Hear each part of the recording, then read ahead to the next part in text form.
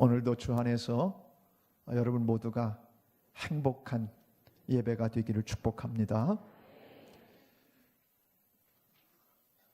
중국은 1949년 문화혁명 전과 문화혁명 후가 기독교 박해가 엄청나게 달라진 시점이 그때입니다. 공산당이 집권하고 나서 그 이전에 중국에는 서양 선교사들이 많이 들어와 있었습니다. 복음을 받아들인 사람들도 많았는데 그때 인구로서는 60만 명이 기독교인이었다고 합니다. 1949년 이후에 이 모택동 그 집권 시절에 엄청나게 기독교인들을 박해를 시작했습니다. 얼마나 심한 박해를 했냐면 시골까지 구석구석까지 찾아다니면서 예수 믿는 사람들을 색출해내고 투옥하고 죽이고 그랬습니다. 그래서 지구상에서 중국의 모든 기독교인들이 사라졌을 거라고 생각을 했습니다. 그런데 사랑하는 여러분, 그로부터 5, 60년이 지나 여러분 중국이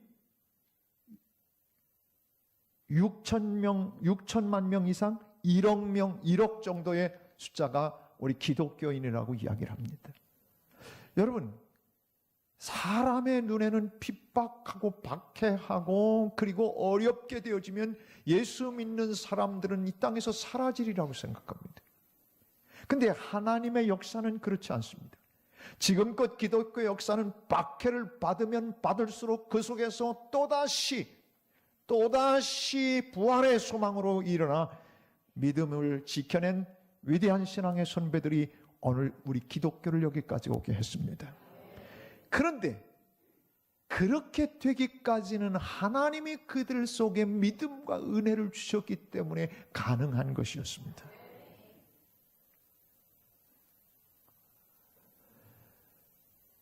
지금 중국은 또다시 기독교인들을 박해하기 시작합니다.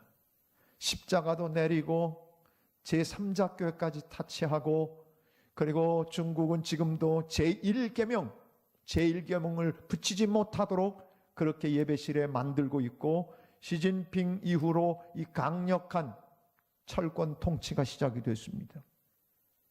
그러나 지금까지 역사를 보지만은 하나님은 반드시 눌리고 억압하는 것 같아도 하나님의 역사는 반드시 또 강력하게 중국이 부흥하게 될 겁니다. 그건 앞으로 그런 거예요. 여태껏 그래왔습니다. 여러분, 북한을 위해서 우린 기도합니다. 북한의 무너진 성전들이 건축되고 그렇게 회복되기를 위해서 기도합니다. 그런데요, 제가 어느 글을 보니까 중국에서 이 함경도를 많이 드나들었던 장로님이 보고를 해주신 그 이야기가 쓰여져 있는데 뭐라고 그랬냐면 함경도에는 지금도 가정교회들이 수천 교회가 된답니다. 그렇게 눌리면 그렇게 말살 정책을 쓰면 다 사라질 것 같으죠? 아닙니다.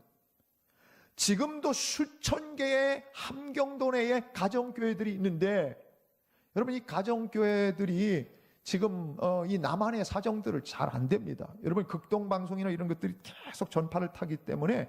그런데 그들이요 중보기도를 한대요. 무슨 중보기도를 하느냐? 우리는 북한 사람들 믿음을 위해서 기도하는데 그 사람들도 우리 믿음을 위해 기도한대요. 뭘 위해서 기도하는 줄 아십니까? 조금 이따 아멘 하셔야 되는데 여러분이 아멘을 잘 못하신 것 같아요. 뭘 기도하냐면 남한의 교회가 능력을 잃지 않도록 해달라고 기도한다는 거예요. 라오디게아 교인들처럼 시시하게 예수 믿는 데서부터, 여러분 북한 사람들이 어떻게 예수 믿겠습니까? 목숨 걸고 믿는 겁니다. 그런 사람들이 우리를 보기에는 어떻게 했어요? 우리가 신앙생활을 잘하고 처음 사랑을 잃어버린 그런 라오디게아 교인들처럼 그렇게 믿지 않게 해달라고 오히려 우리를 위해서 중보한대요. 와우, 이거 참 부끄럽게 짝이 없습니다. 모택동 시절에 중국에서는 예배를 드리는 게 여러분 12시부터 3시까지 예배를 드렸대요. 12시부터 3시간. 우리는요, 얼마나 정확한지 몰라요. 1시간 15분이 지나기 시작하면 몸이 뒤틀립니다. 예배 시간 1시간 반 가면 입이 이만큼 대빨 나와서 식당으로 가는 사람이 없습니다. 여러분, 다른 사람들은, 이 중국 사람들은요, 12시부터 3시까지 예배를 드리는데 하루에 2끼 국수를 삶아가면서 국수 먹고 예배 드리고, 그리고 그들이 무슨 이런 문화 혜택이 잘 받지 못하니까 여러분 어떡합니까? 찬송가를 20곡을 달달달달 외워갖고 그들은요 박수 치면서 다 외워갖고 찬송을 부른대. 우리는요, 그러니 여러분, 예수를 믿는 것도 철저하게 믿는 사람들이 있고 대충 믿는 사람들이 있는데, 여기 오신 분들은 다 대충이 아니라 철저하게 믿는 분들만 오늘 이 아침 오신 줄로 믿습니다. 여러분 한번 생각해 보십시오. 예수를 적당히 믿습니까? 사업도 적당히 해서 되는 사업이 있습니까? 공부하는 것도 적당히 해서 공부 잘하는 사람이 있습니까? 아닙니다. 그래서 성경은 뭐냐면 부지런하여 게으르지 말고 열심을 품고 주를 섬기라, 그렇게 말씀합니다. 열심히는. 제가 소문은 들었지만은 이번 금요 기도회 때 김현철 목사님에게 맡기고 제가 금요 기도회가 부흥하는 교회들을 좀 몇 교회를 좀 다녀오려고 첫 번째 수지선한 목자교회를 찾아갔어요. 근데 금요일 날 8시 반부터 시작을 했는데 11시 반까지 기도 자리를 안 뜨는 사람들이 대부분이에요. 내가 11시 반 넘어서 나오는데 그때 그냥 일부 나오는 사람들이 있지, 끝까지 무릎 꿇고 기도하는 사람들이요, 그렇게 많아요. 물론 선한 목자 교회 교인들만은 아니에요. 제가 보니까 제가 있었던 교회 교인들도 보이고 그래요. 그런데 아무튼 간에 뜨겁게 기도하고 열심으로 그렇게 하려는 사람들이 거기 모여 있었어요. 제가 가서 많이, 저도 우리 교회도 이제 금요 기도회를 더 탈바꿈 시켜야 된다고 하는 그런 생각을 갖고 제가 이제 몇 교회들을 다녀보기 시작하는데, 여러분, 예수를요 대충 믿으려고 하지 마세요. 여러분이 노력하고 애쓰고 수고하고 거기에 몰두하고 있는 것들, 결국 우리의 육체를 위한 것들이 대부분. 거기에 몰두하고 그렇게 시간을 투자하고 그렇게 여러분이 사는 것이 중요합니까? 아니면 영원한 생명을 위해 내가 이 땅에서 그 영생을 가진 자답게 하늘을 우러러보고 하나님의 진리의 말씀으로 충만해서 내가 어떻게 하나님의 뜻대로 살아야 되고 어떻게 하나님의 주님의 인격을 닮아가야 하고 어떻게 신앙생활을 잘해야 되는지, 이게 우리의 가장 중요한 기도가 되어야 합니다. 가장 중요한 관심사가 되어야 합니다. 가끔 저는 우리 교회 19년 전에, 딱 이제 거의 만 19년이 다 됐어요. 만 19년 전에 제가 왔을 때의 사진을 들여다볼 때가 있습니다. 와, 잘생겼더라고요.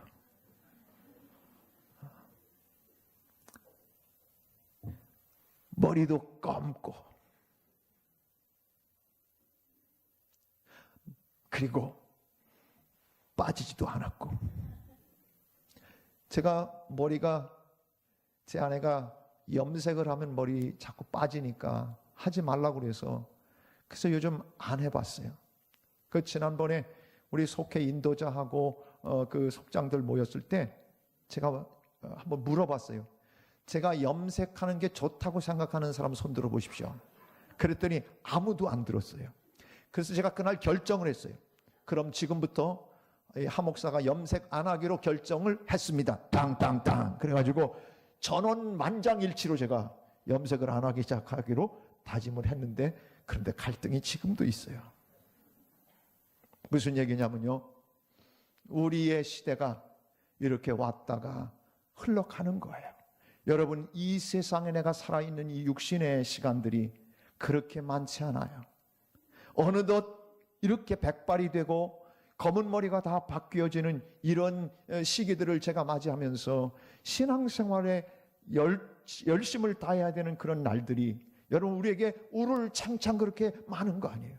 내가 지금 건강할 때, 내가 입술을 벌려 기도할 수 있을 때, 내 다리로 성하게 걸어올 수 있을 때, 그때 우리는 기도의 자리, 예배 자리에 누구를 막론하고 나와서 열심으로 기도하고 열심으로 찬양하고 열심으로 말씀 듣고 그렇게 살아야 마땅한 거라 그 말입니다.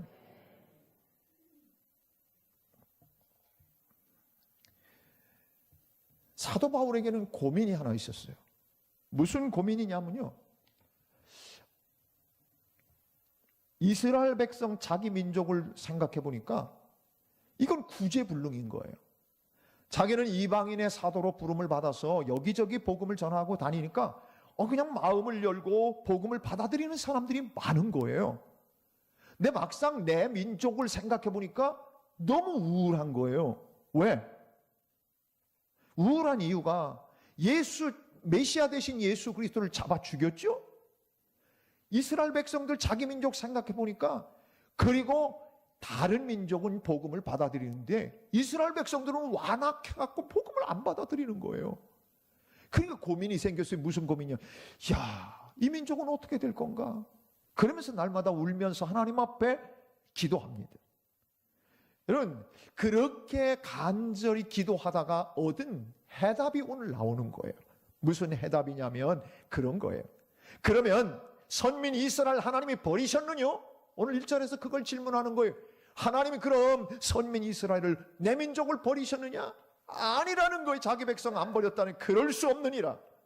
나도 이스라엘 사람이고 아브라함의 씨에서 난 자고 베냐민 지파 왕족이라는 거예요. 나처럼 이스라엘의 가장 중요한 그런 사람인데도 불구하고 나 예수 믿는 사람들 다 잡아다가 가두고 옥에 투옥하는 거 맡아서 했던 내가 이렇게 사도가 된 거 봐라. 하나님이 분명히 이 내 민족도 지금 다른 민족들이 주님 앞으로 돌아오도록 그렇게 만든 다음에 이제 나중에 그 얘기가 나와요. 이 시기가 나서 복음이 우리부터 시작됐는데 다른 민족들이 다 이렇게 예수 믿고 대단해졌어? 그러면 자기들도 시기가 나서 그때 이제 예수를 받아들이게 된다, 복음을 받아들이게 된다 하는 것이 사도 바울이 이 이스라엘 나라에 대해서 갖고 있는 자기 민족에 대한 애착이고 고백이에요. 자신이 생각할 때는 이거 아주 우울해요. 이 민족이 어떻게 될 건가? 그런데 한 가지가 생각났어요. 나도 변화시킨 하나님이 분명히 뜻이 계실 것이다. 그리고 또 무슨 생각을 했냐면 구약의 얘기를 지금 얘기하는 거예요. 엘리야가 구약의 최고의 선지자 아닙니까? 아합 왕 시대에 활동했던 선지자입니다. 근데 아합 왕이 나라를 다스릴 때 어떻게 됐냐면 이세벨이라고 하는 왕후가 들어왔는데, 이세벨이라고 하는 왕후는 원래 집안이 그 나라가 다 우상 숭배하던 그런 나라였어요. 그러니까 거기서 우상 숭배하는 그 우상을 가지고 들어와서 왕후가 되고 나서는 어떻게 됐습니까? 이스라엘 백성들을 다 바알과 아세라상을 섬기는 그러한 분위기로, 우상 숭배 분위기로 다 몰아가더라는 거예요. 그래서 나중에 어떻게 됐습니까? 거짓 선지자들 850명과 싸워서 이겼어요. 불의 응답을 받았어요, 엘리야가. 그러고 나서 기손강으로 끌어다가 이 거짓 선지자들 다 죽였단 말입니다. 그랬더니 이세벨 왕후가 네가 내 선지자를 죽였냐? 너도 똑같이 만들어주마. 그 이야기를 듣고 어떻게 됐습니까? 엘리야는 도망을 가기 시작했습니다. 그리고 하나님 앞에 항변합니다. 하나님 이 지금 이스라엘 당신의 택한 백성들을 보십시오. 하나님 섬기는, 여호와 섬기는 신앙 나 한 사람 여기 남았습니다. 한 사람. 근데 내 목숨까지도 지금 찾습니다. 하나님 앞에 고발하고 그렇게 이야기했다는 거예요. 오늘 본문 1절이 그거예요. 근데 하나님이 뭐라고 대답을 하셨냐? 2절, 오늘 본문 2절 보세요. 2절, 하나님이 그 미리 아신 자기 백성을 버리지 아니하셨나니 너희가 성경이 엘리야를 가리켜 말한 것을 알지 못하느냐? 그가 이스라엘 하나님께 고발하되 이스라엘이 지금 이렇게 나를 이렇게 죽이려고 합니다. 고발을 했다는 거예요. 근데 3절, 하나님의 응답이 어떻게 떨어졌습니까? 주여, 그들이 주의 선지자들을 죽였으며 주의 제단들을 헐어버렸고 나만 남았는데 내 목숨도 찾나이다. 내 목숨도 찾습니다. 라고 그렇게 고발을 했는데 드디어 하나님은 이렇게 얘기하십니다. 4절 한번 읽습니다. 시작. 그에게 하신 대답이 무엇이냐? 내가 나를 위하여 바알에게 무릎을 꿇지 아니한 사람 7,000명을 남겨두었다. 나 혼자만 지금 여호와 하나님을 섬기고 있다라고 얘기했는데 하나님은 아니라는 거예요. 바알에게 무릎 꿇지 아니한, 내가 나를 위하여 바알에게 무릎 꿇지 아니한 사람 7,000명이나 남겨두었다. 7,000명이나. 엘리야는 자기 혼자만 하나님 섬기는 줄 알았어요. 여호와 신앙 다 팔아먹은 줄 알았어요, 다른 사람들은. 그런데 자기도 모르는 사이에 하나님 섬기는 사람을 7,000명이나 누가 남겨두었어요? 하나님이 남겨두었다는 거예요. 여러분 잘 알다시피 이때 국내 대신, 아합 왕 때 국내 대신 오바댜라고 하는 사람이 있습니다. 오바댜라고 하는 사람은 선지자 100명을, 주의 선지자 100명을 굴 속에 숨겨두고 그리고 먹을 것을 공개하고 대접했던 사람이 오바댜입니다. 이렇게 하나님은 나 홀로인 것 같다고 항변하는 엘리야에게 아니다, 7,000명이나 내가 남겨뒀다라고 얘기하신 거예요. 7,000명이나. 그러면서 오늘 5절에서 이렇게 말씀하십니다. 5절 한번 본문 봅니다. 그런즉 이와 같이 지금도 은혜로 택하심을 따라 남은 자가 있느니라. 지금도 하나님의 은혜로 택함을 받아 남겨진 자들이 있다는 것입니다. 중국이 그래서 60만 명 그리스도인들 다 처형되고 그렇게 투옥됐는데도 불구하고 여러분 6천만 명 이상, 100배 이상 그리스도인들이 생기는 놀라운 역사가 일어난 거 아닙니까? 지금도 은혜로 택하심을 따라 여러분 남은 자는 자기가 실력이 좋아서 남은 자 되는 거 아닙니다. 7,000명이 어떻게 됐냐? 하나님의 은혜로 택하셔서 남은 자가 됐다는 거예요. 오늘 포인트는 그거예요. 여러분이 오늘 예수 믿었어요. 내가 일부 때 그 얘기했어요. 김영애 권사님이 일부 때 나와 계셔서 내가 얘기했어요. 그분이요, 여러분 뭐 들은 사람 듣고 요즘 최근에 온 사람들 때문에 제가 얘기하는 거예요. 그분이 박사학위 논문이 뭐냐면 신라 불상과 일본 불상의 비교 연구로 박사학위를 받았어요. 얼마나 철저한 불자겠어요. 해인사고, 통도사고, 그 1년에 한 번씩 큰 스님을 만나러 그렇게 내려다니던 분이 김영애 권사님이에요. 김영애. 그런데 사랑하는 여러분, 그 사업을 하던 게 그냥 아주 어렵게 됐어요. 여러분 때에 따라서 살아가다가 어렵게 되어지거들랑 하나님이 뭔가 내게 주시는 은혜가 있을 거라고는 기대를 하십시오. 그렇게 사업이 힘들어지고 그러니까 옆에 사람들이 이렇게 얘기를 하더라는 겁니다. 기독교인들이, 그리스도인들이 기도하고 있습니다. 기도해드립니다. 기도해 준다는 거예요. 그래서 결국에는 어떻게 되냐면 이 기도한다고 하는 사람들 때문에 그 어려운 순간에 나를 위해 기도해 준다고 하는 이야기를 들으면서 감동을 받기 시작해서 그래서 드디어 교회로 발걸음을 옮겼는데, 그래서 뭐 송판각 어디 한 군데 이렇게 그 집회 참석했다가 그 다음에 우리 사실은 최 기자 권사님 이렇게 연결되고 다들 그래서 사실은 우리 교회에 발을 딛게 됐어요. 그 우리 교회 발을 딛고 나서 어떻게 됐어요? 새벽 기도를 하기 시작했어요. 여러분 김영애 권사님은요, 사실은 그 신앙의 연륜으로서는 최고 빨리 권사가 되는 거예요. 왜 그런 줄 아십니까? 새벽 기도를 하는 거예요. 그리고 끊임없이 자꾸 배우려고 하고 여전히 그러면서요. 근데 제가 이야기하는 건 뭐냐면 내가 예수 믿고 싶어서 믿은 거 아니잖아요. 옆에 있는 그리스도인들이 기도해주고 그리고 교회를 나가시라고, 이 어려운 때 교회를 나가라고 하니까 교회를 나와서 신앙생활을 시작했는데 이젠 여러분 교회 목사랑 가까이 성경 공부하고요, 교회 하나님을 보러 나오고요, 그런 은혜가 있게 됐지 않았냐 말이죠. 따지고 보면요, 여러분 모든 사람들이 다 하나님의 은혜로 여기까지 온 겁니다. 여러분이 예수 믿게 된 게 여러분의 실력, 여러분의 뭔가 결정, 여러분의 결단 때문에 됐습니까? 아닙니다. 하나님이 여러분의 마음을 감동시켜 주셨고 다른 사람을 여러분들에게 붙여주셔서 기도하게 만들고 전도하게 만들어 오늘 우리가 여기에 와 있는 것입니다. 그러니까 따지고 보면 다 하나님의 은혜입니다. 하나님의 은혜가 아니고선 말할 수 없습니다. 하나님의 은혜, 이것밖에는 얘기할 것이 없다라고 하는 것입니다.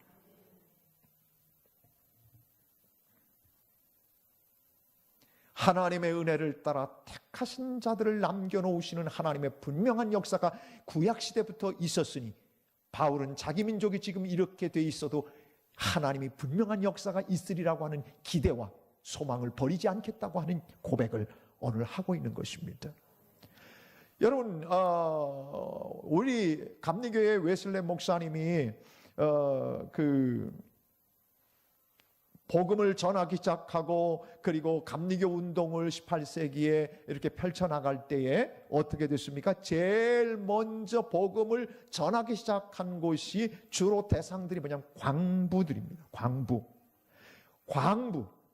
광부는요, 여러분 뭐 어떻게 했습니까? 다 얼굴이 시커멓게 가서 묻고 그렇게 나오는 사람들이에요. 근데 이 광부들이요, 그 요한 웨슬레 목사님과 함께 설교하고 감당을 했던 사람이 조지 휘필드 목사님이에요. 이분이 가서 설교를 하게 되면 광산촌에 가면요, 광부들이 처음엔 뭐라고 그랬냐면요, 막 광부들 삶이 그런 거예요. 아주 쌍스럽고 욕잘하고 그리고 음란하고 그리고 아주 노름 일삼고, 이거는 구원밖에는 안 돼. 틀린 사람들. 처음에 그들에게 복음을 전하러 갔을 때 사람들이 신성모독적인 발언을 하고 사람들이 얼마나 완악했는지 모른다는 거예요. 그런데도 불구하고 주의 이름으로 가서 복음을 전하고 설교를 하니까 나중에요, 감리교가 영국에서 시작이 됐을 때 이 감리교의 가장 핵심 멤버들이 광부들 출신들이, 사람들이 변해서 그렇게 쌍스럽게 이 세상에 그렇게 살던 사람들이, 여러분 기록을 보면 뭐라고 어떻게 되냐면 검은 얼굴에서 두 줄기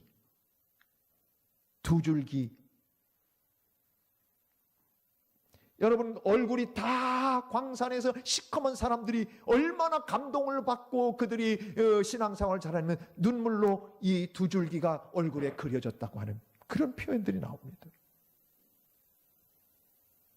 사람들이 생각하기에는 이런 사람은 예수 믿기 어려워라고 판단할지 모르지만 사랑하는 여러분, 하나님은 안 믿고 못 믿겠다고 하는 사람을 바꾸는 게 전공이십니다. 아십니까? 사도 바울처럼 완전히 예수 믿는 사람들 잡아 가두고 온통 죽는 자리에 내어놓았던 그 주동 인물이 변하여 사도가 되게 만드시는 것이 하나님의 법칙입니다. 그러니까 여러분, 우리는 신앙생활하면서 그런 때 있잖아요. 복음을 전하고 예수 믿게 저 사람 전도를 하고 싶은데 아이고 저 사람은 안 돼. 그런 경우 있죠. 이 사람만큼은 안 될 것 같아.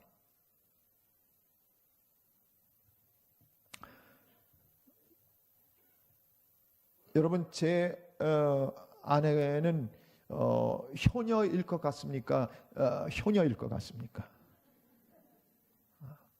선택의 여지를 여러분에게 드리지 않았어요.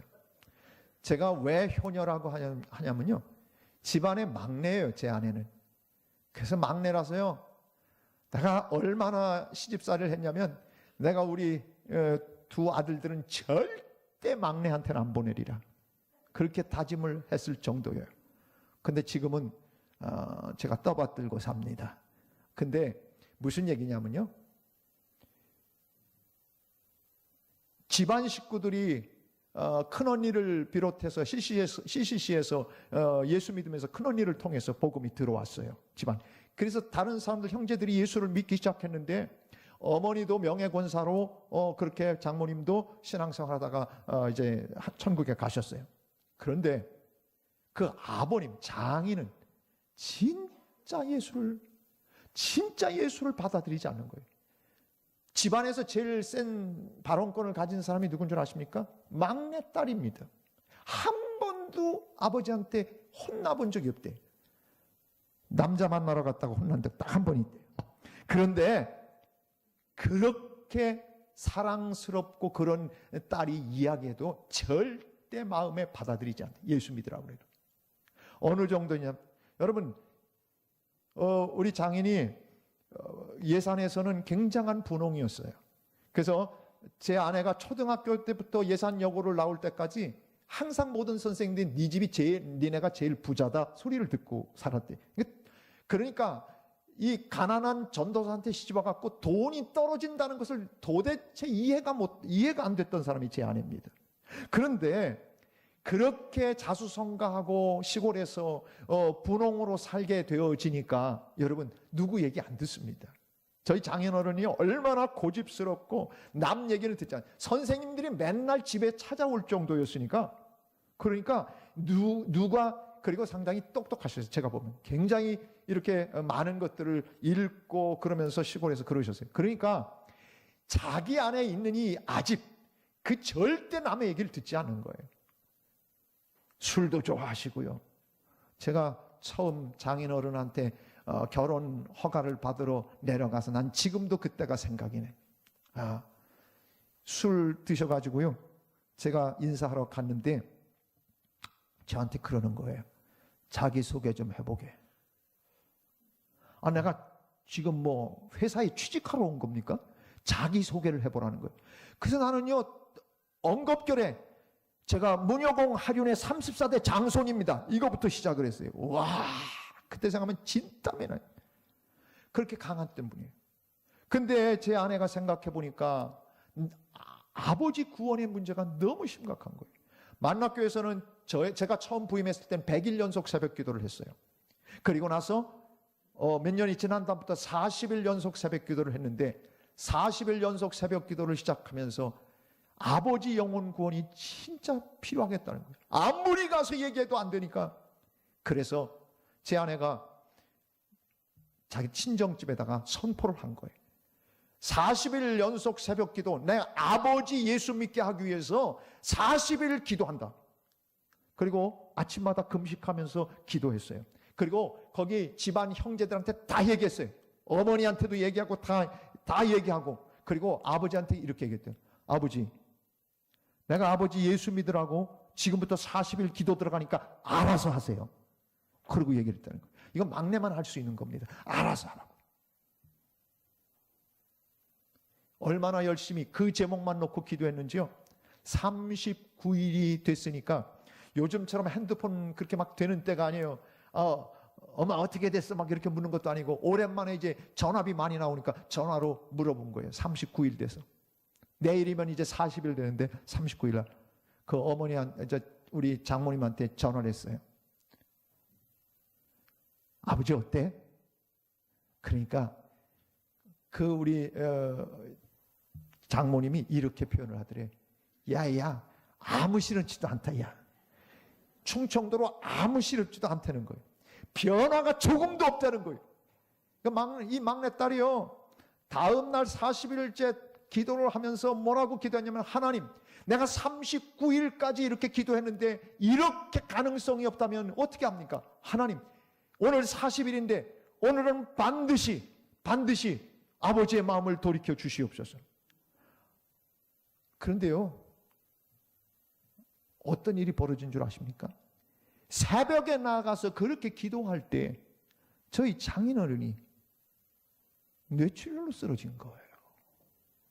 기도하니까 워낙 강하고 워낙 아무것도 받아들이지 않으니까 하나님이 쓰는 방법이 뇌출혈로 쓰러져 갖고 대전에 병원으로 옮긴 거예요. 어머님한테 제 아내가 전화를 했어요. 대전 내려가기 전에 전화를 했더니 저희 장모님이 굉장히 여성스러워요. 말도 곱게 하시고요. 성품도 고우신 분이에요. 한 번도 자식한테 욕을 해본 적이 없대요. 근데 그날 장모님이 이 막내딸 보고 너 밑에 니은 붙임에 네가 기도를 이렇게 해가지고 아버지가 이렇게 됐다. 이렇게 얘기를 하더래요. 그래가지고요, 대전에 병원에 입원했는데 저도 내려가서 그렇게 이제 아버님을 뵈러 갔잖아요. 그랬더니 제 아내가 이렇게 얘기한 거예요. 아버지 예수 믿으라고 내가 기도한다고 그랬잖아요.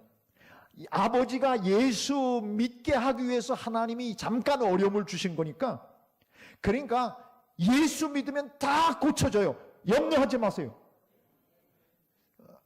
아멘 안 하는 사람들은 뭐예요? 지금 우리 참. 그래가지고요, 그렇게 선포하고 이야기를 한 거예요. 여러분, 그날 뇌출혈로 이 언어에 관이 막혀갖고요, 말도 못했어요. 말도 할 수 없고, 그리고 반신불수가 됐어요. 이 반신불수되고 이렇게 말도 하지 못하는 그 아버지를 향해, 아버지 반드시, 지금은 예수 믿으면 아버지 반드시 좋아질 거예요. 그런데요, 장인어른이 그제서야 고개를 끄덕였어요. 다시 할게요. 사층도 좀 협조를 해주셔야 돼요. 그제서야 예수 믿으면 좋아진다고 그러니까 그제서야 고개를 끄덕이더라는 거예요. 반신불수돼서 언어도. 여러분, 하나님은 그렇게 진짜 받아들일 수 없는 이 완악한 마음을 가지고 있었던 저희 장인어른을 하나님 그때부터, 그래서요, 저희 장모님이 다니는 교회가 따로 있었어요. 신뢰원 성결교회. 근데 같은 교회 나오기가 창피하다고 그래가지고요, 어느 날 보니까 저희 장모님이 왔다 보니까 어디 갔다 왔냐니, 그 교회 갔다 왔다고. 다른 교회. 그리고선 교회를 다니기 시작해서 저희 장인어른이 드디어 예수 믿게 된 놀라운 역사가 일어났어요. 여러분의 눈으로 이 사람은 안 될 거야? 그렇게 얘기하지 마십시오. 그렇게 판단하지 마십시오. 죽었다 깨나도 이 사람은 안 될 거야? 말하지 마십시오. 그건 불신앙입니다. 하나님은 안 되는 걸 되게 하는 게 전공이십니다. 그 하나님을 믿는 사람들이 왜 우울해집니까? 이 사람은 안 될 거야? 그러지 마세요. 붙들고 기도하세요. 안 되면 신발이라도 갖고 오세요. 내가 한수기도 해줄 테니까. 그래갖고 품고 기도하세요. 하나님 반드시 역사하실 것입니다. 왜? 하나님은 은혜가 있으시기 때문에 당신의 택한 사람은 반드시 버리지 않고 선택해 주시는 게, 이게 오늘 얘기예요. 그래서 6절은 이렇게 얘기합니다. 6절 한번 볼까요? 6절 같이 읽습니다. 만일 은혜로 된 것이면 행위로 말미암지 않음이니 그렇지 않으면 은혜가 은혜되지 못하느니라. 무슨 얘기냐면 7,000명 남겨둔 것도 7,000명이 자기가 실력이 있기 때문에, 믿음이 좋았기 때문에 여호와 신앙을 가진 게 아니라는 거예요. 여호와 하나님을 섬기는 그 신앙을 유지했던 것은 오직 하나님의 은혜로 택하심을 받았기 때문에 그들이 그렇게 가능했다는 거예요. 여러분이 오늘 이 자리에 와 있는 것도 하나님의 은혜입니다. 앞으로 구원 얻을 내 남편, 구원 얻어야 될 내 자녀, 구원 얻어야 될 나의 형제 자매들 다 하나님의 은혜면 다 되는 겁니다. 은혜로 택했기 때문에 오늘 여기 와 있는 거예요. 어떤 분이 요즘 최근에 그런 이야기를 해요. 목사님 설교를 들으면서 제가 막 눈물을 흘릴 때가 있습니다. 가끔 눈물을 훔치는 분들을 제가 보면서 성령의 타치가 있구나라고 하는 걸 느껴요. 오늘 일부 예배를 마치고 어느 안수 집사님이 그 장로교회 안수 집사님이 저희 교회 몇 년을 나오셨어요. 근데 제가 한 번도 등록하라고 하지 않았어요.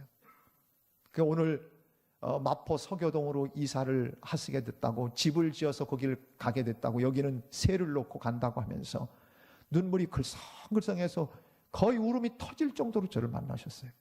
그리고는 이 교회 목사님, 그동안 제가 이쪽에 교회들을 다 다녀보고, 장로교회에서 여러분 대구 제1교회 출신인데 거기서 안수 집사니까 당신이 이 이사 갈 것 때문에 등록을 못했대요.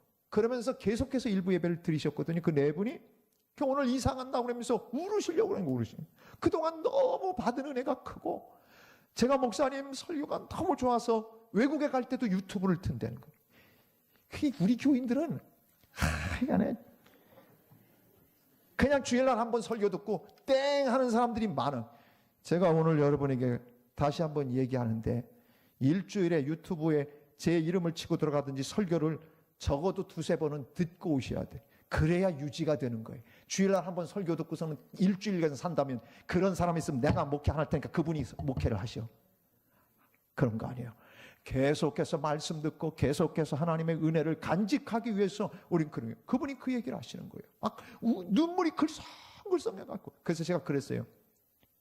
1부 예배 그동안 오셨는데 2부에 오십시오. 서교동에서 길 별로 안 막히지 않습니까? 주일날 가끔 오셔서 식사도 하고 그렇게 해보세요. 그랬더니 꼭 그렇게 하겠다고 하고 가셨어요. 제가 무슨 얘기예요? 너무 세상에 이렇게 감동스러운 설교들을 자기가 여기 다 다녀서 왔대, 자기가.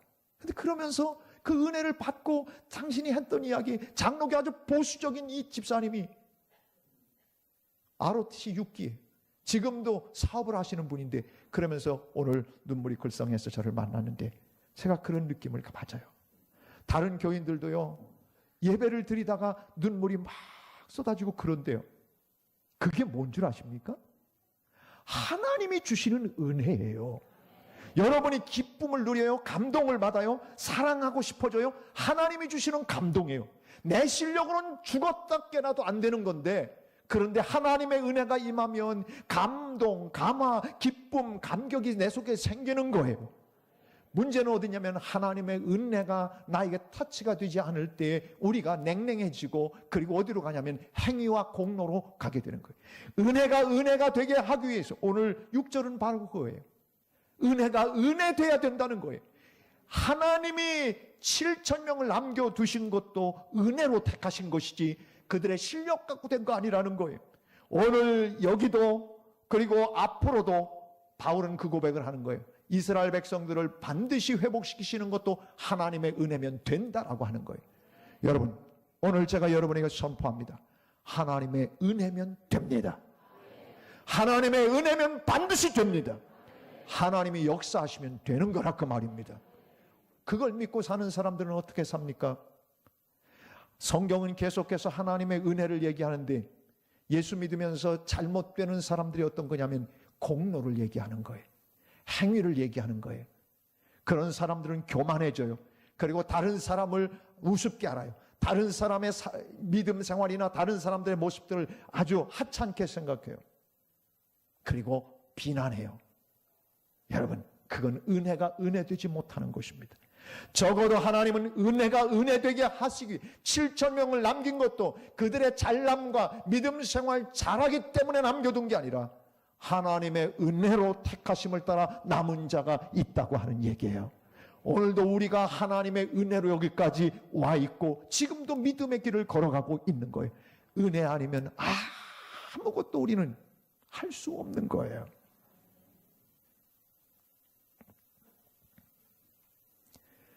그래서 우리는 날마다 내 삶 속에 하나님의 은혜가 나를 통해 은혜가 되게 하는 주인공들로 이 땅을 살아야 합니다. 그래서 쓸데없이 남의 말을 한다든지, 남을 비난한다든지, 그리고 헐뜯는다든지, 비난이나 헐뜯는 거나 다 같은 거네. 네. 남의 부족함을 보고 그리고 막 말한다든지, 아니에요. 우리 모두는 하나님의 은혜가 아니고선 여기까지 올 수 없었어요. 그 은혜를 생각하면 다른 사람도 기다려줄 줄 알아야 되는 거예요. 다른 사람에게 분명히 하나님의 은혜가 임할 줄을 기대해야 하는 거예요. 하나님이 역사하시면 되리라고 하는 믿음이 우리 가운데 있어야 하는 거예요. 오늘 은혜가 은혜 되게 하는 주인공들로 우리 모두가 쓰임받기를 원합니다. 하나님은 성경을 들여다보세요. 항상 은혜예요. 하나님이 우리의 잘남, 우리의 대단함, 우리의 많은 능력, 그걸 보고 선택하지 않았어요. 하나님은 우리를 은혜로 택하신 것입니다. 그러니까 하나님의 은혜가 은혜되게 하려면 오늘 나는 행위나 공로를 강조하는 것이 아니라 오직 하나님의 은혜의 감격에 젖어 늘 기쁨과 감사와 그리고 하나님께 대한 그 아름다운 고백으로, 그래서 나에게 주신 은혜가 흘러넘쳐 다른 사람에게 은혜가 은혜되도록 흘러넘치는 주인공들로 우리가 살아가야 된다는 것입니다. 하나님은 오늘 우리 교회를 향해서도 하나님의 은혜가 이 교회에서 은혜로 자리 잡기를 원하십니다. 그래서 우리 교회는 누가 강하게 말을 한다든지, 그리고 얼굴을 붉힌다든지, 큰 소리를 낸다든지, 이런 사람은 퇴장감입니다. 저는 우리 교회가 창립 24주년을 앞두고 있는데 은혜로 쭉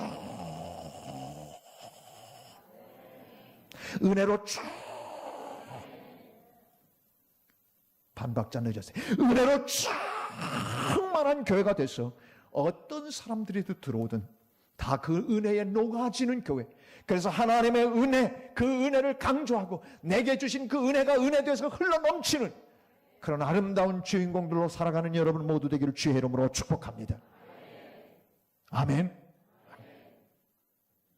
은혜로 은혜되게 하십시오. 하나님의 은혜를 격화시키지 마십시오. 오늘 하나님은 그걸 우리에게 원하고 계십니다. 그 주인공, 여러분이 바로 그 주인공으로 살아가는 모두가 되기를 다시 한번 축복합니다. 우리 찬양하겠습니다.